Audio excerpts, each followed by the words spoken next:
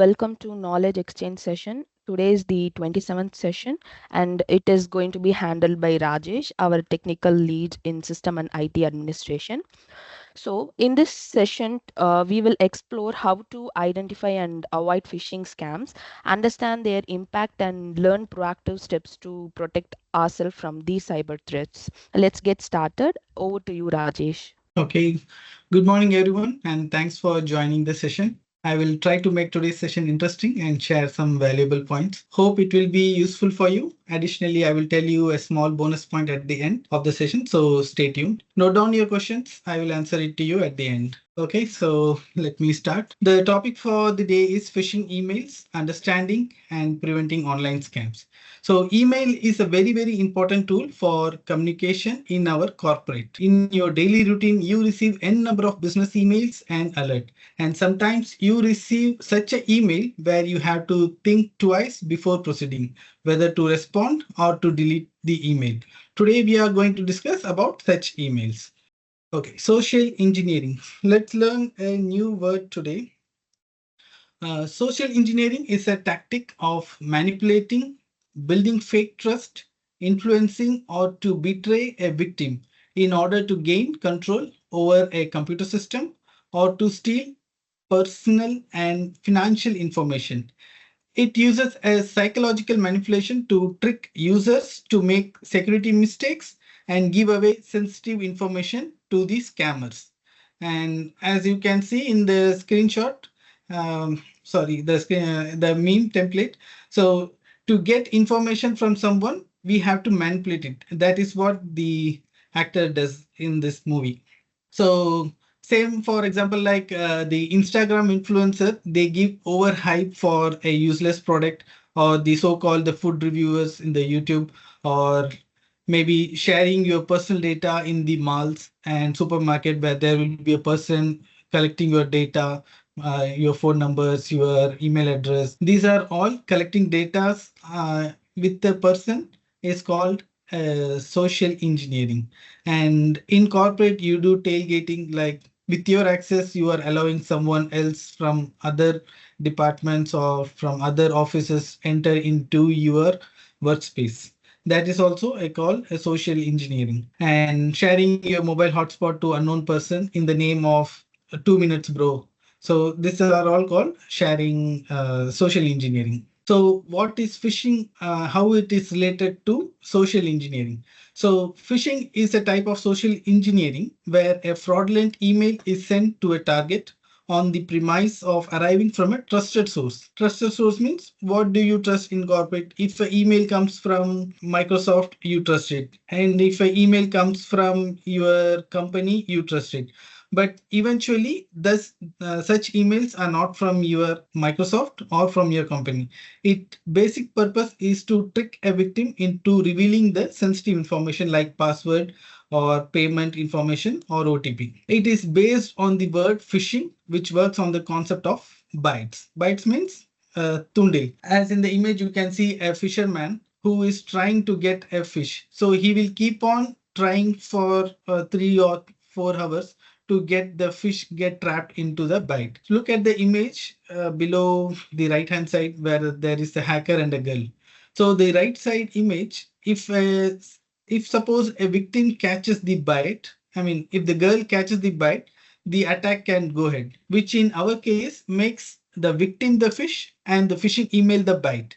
And if the victim never open the email or click the link, the attack of the nature would have been relatively ineffective. Hope you are getting my point. If not, make a note. I will explain it to you later. So, what is a difference between a spam email and a phishing email? So, phishing email is a type of getting into a trap or getting attacked by a scammer. And however, a spam email is a legit email.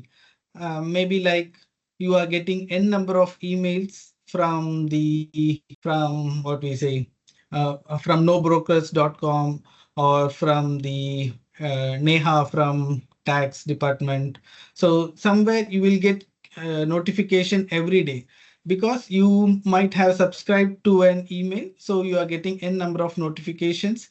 Or you can also receive some emails I mean, if you are since you are in corporate, you deal with many vendors. So those vendors share your email to someone, and they will contact you in the name of proposal. For example, here I received a email from the Tata Communication, he's proposing that to buy his product. So these are all called spam. Though this is unrelevant, I mean, emails, those are unrelevant to us, are called as spam email. So how does a phishing attack happens, or the anatomy of phishing attack? Anatomy means the structure, how it looks. So as soon you open your Outlook or your Gmail, there will be an email which looks similar to a genuine email. So for example, here I receive a email from a Teams or Microsoft or from any trusted source. It looks like a trusted source. So what we'll see, Microsoft. Okay, so this is a genuine email. So we can go ahead. But when you place the cursor over the link, you will get to know it is navigating to some other website which is not relevant, or which seems like a trap. So this is how the email looks. It looks like genuine, but it is not. We have to be careful looking at the email address or the link where it is navigating to. And the second step, how it looks is, the email will be like, click the link, or act soon, or proceed further to get the amount, proceed further to download the attachment, reply immediately. So such emails will have such words, so that it will manipulate you to click on the link. So this is how it looks. And once you click the link or click the malicious link, it will take you to a website that is suspicious.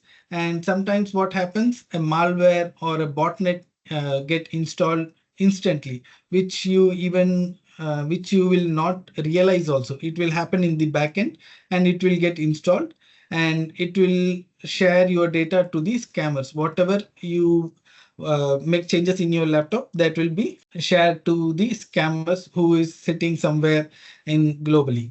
So this is same like tapping a phone. They are tapping your laptop. So all the information, whatever you do, will be shared to someone which you will not even know. And this is how the phishing attacks goes on. So how can we get knowledge about the phishing emails, how it looks?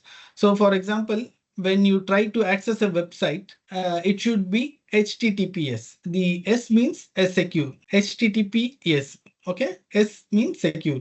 So HTTPS, and then you enter the website name, and it takes you to the website. Or else, if you in our organization itself, you use some website that is not published to everyone, but we are using it for our own purpose, for which we do not use it as secure, because that will be in a trial mode. So we use it as HTTP.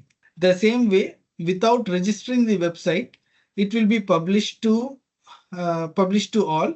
And if suppose you are accessing the website which is not secure, eventually you will be attacked. And for other example, here we can say the Cloudflare, the second line that shows a small mistake, the which is incorrect.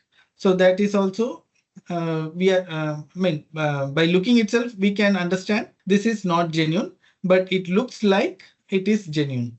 And when you try to access banking websites such as HDFC, PayPal, so when you try to access, you just type PAY, and the next words will be auto completed. Sometimes you make mistakes while typing, and it will take you to some other website which will look similar to your genuine website. And you enter your username and password, and it will take you to a page where it will say timed out or try again. But by the time, your credential has been lost, it is shared, it is been by the attacker. As I already told, this is how the email looks. So here you can see there is an email from the IT support, but it is not actually IT support. In the domain, you can see that it is hypedesk.com, which is an incorrect domain, and you are trying to be trapped. So since the email looks like genuine and it says you just have 30 GB left and you have just 48 hours left, eventually what a person will do, they will try to click on the increase limit. And as soon you click on the increase limit, it will take you to the suspicious website. So types of phishing email. There are n number of phishing emails. They will be communicated to you over the email, or they will try to communicate you over the SMS, WhatsApp, or any means of communication. But how does a hacker gain access, or how why they are trying to do all this? They are not doing the hackers does not do this for hobby, or they are not doing this for time pass.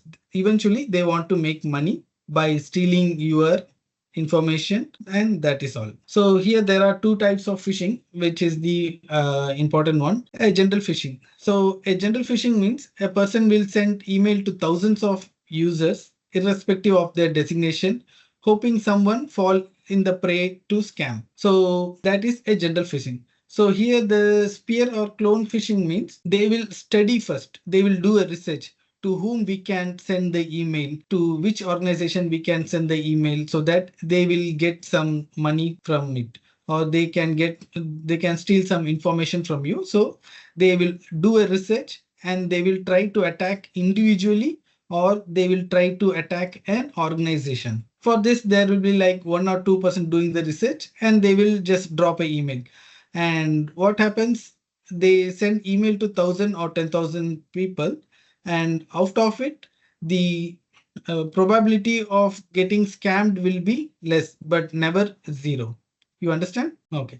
So when it comes to targeting a main person like CEO of a company, CTO, CFO, or the directors of the company, the research done is 10 times more. So what they will do is they will keep on they will do the research, and they will set a time, or they will wait for the right moment to send the email, so that the particular CEO or the particular person will click on the email and he will get trapped, and he will not even know that he is being trapped. So what the scammers will do is they will not send virus immediately. They will get all the informations, and then they will supply, or they will push the viruses, or they will just steal the information, and they will sell it to the competitors, or to someone for a high price. And if the information does not go for a high price, or the information is not valuable, they will push the virus by which his computer or the organization computer will get blocked, and they have to give a ransom pay to get it recovered. And in spear phishing, let me tell you an example. So how an individual is getting attacked. So for example, there is a person in our organization. Let's take Metusa. So she will definitely use LinkedIn, and the researcher will know she will use LinkedIn. So they will send an email cloning a LinkedIn email to Metusa. So she will know, okay, this is an email from LinkedIn which is relevant to me. And in the email, there will be something like someone shown interest to your interest for the openings, and she will click the email. But if Metusa received another email like your spot Metusa does not use Spotify, and she is receiving an email from Spotify that your subscription is about to end. So she will be least bother. She will not open the email as she is not using Spotify. So that makes a difference here. Okay, so as I already informed, impact of phishing attacks. Why this is done? Personal attack. They will just get your information, and they will try to use it if necessary. So what they will do is they will get your information, your username, password, credentials, or your family details, and then they will do a blackmailing to get the information, get back to you later, or to give back your information. You have to pay some money. So scammers do not do this for time pass or for any sort of hobby. Ultimately, their goal is to make money, and those hackers are more intelligent than a usual security officer in a IT field. And business consequences, what happens is if a CFO or the entire IT department is being targeted, the data will breach. There will be a financial damage, legal liabilities. So if suppose there is a company that is been attacked for more than 3 or 4 times, that company cannot communicate with any other client or get client to make their project. So eventually their image is getting dropped, and they have to close the company, or they have to pay some ransomware, and they have to close this case without being informing to anyone, so that the company will have some reputation and they will get client. So if suppose you feel like you have been trapped, or you feel like your account is been compromised, the first thing what you have to do is to reset your password immediately. And the next thing what you have to do is you have to report the issue to your IT manager or to your IT team. And what IT team will do is they will disconnect your laptop, they will isolate your laptop or your device from the network, they will run a malware scan, they will check if there is any attack happened or not. And if suppose there is an attack, they will try if the data can be recovered, and if not, they will check for the next possibility what they can do. If the data is more important, then they will try to compromise. They will try to speak with the person who trapped the laptop, who attacked the laptop. Or if the data is not required, they will just format this laptop and make a fresh install and give it to the user. This is only for user. And if suppose the attacker attacked the complete server, then it's a worst case that we have to check later, and that is irrelevant for this topic. So if suppose you are using Gmail and your bank account is being trapped, you have to do the same procedure. You have to reset the password, you have to inform the bank authorities, and you have to check your recent transaction if any lump sum amount has been transferred to anyone or not. And if suppose it has been done, you have to inform the bank authorities. So how to protect ourselves from such scammers, from such emails? So what we have to do is we have to be very cautious. So each time a email comes and you feel like this email does not look genuine, or if you should not straight away click on any link, even if it is genuine, you have to place the cursor over the link and it will show where it is navigating to. So only if you consider this is going to a proper domain, you have to click the link, or else you should avoid and report it immediately to your IT team. And you can add extra layer like we have Okta or Microsoft Authenticator or Google Authenticator. You can set it up in your account so that an OTP will be sent to your email address as well as to your mobile number. And you can use 2 or more mobile number, or you can use your fingerprint as a multi-factor authentication. And each time you have, like for once in a week, you have to update your Windows, or if there is any latest update to your mobile, you have to do it. And as I already told, you should not click any link blindly. You have to place the cursor over the link, and you have to check where the link is navigating to, and then you have to proceed further. And there are few extensions in the browser where you can use anti-phishing browser or an anti-phishing extension, which will tell you if this website or if this domain which you are navigating to is safe or not. And even if the scammer try to hack your bank account, there will be nothing. So they will not target, without doing a research. So we have to be cautious. I mean, in the precaution. We have to make the precaution before we are getting scammed. So let me know if you have any questions. So much. Point which I wanted to tell you is that to Mhm. make this slide, I just took 2 minutes. I took all the content from ChatGPT and copied all the content to gamma.ai, where it created a presentation. I just had to edit the images to make it more interesting. Thank you. Thank you so much.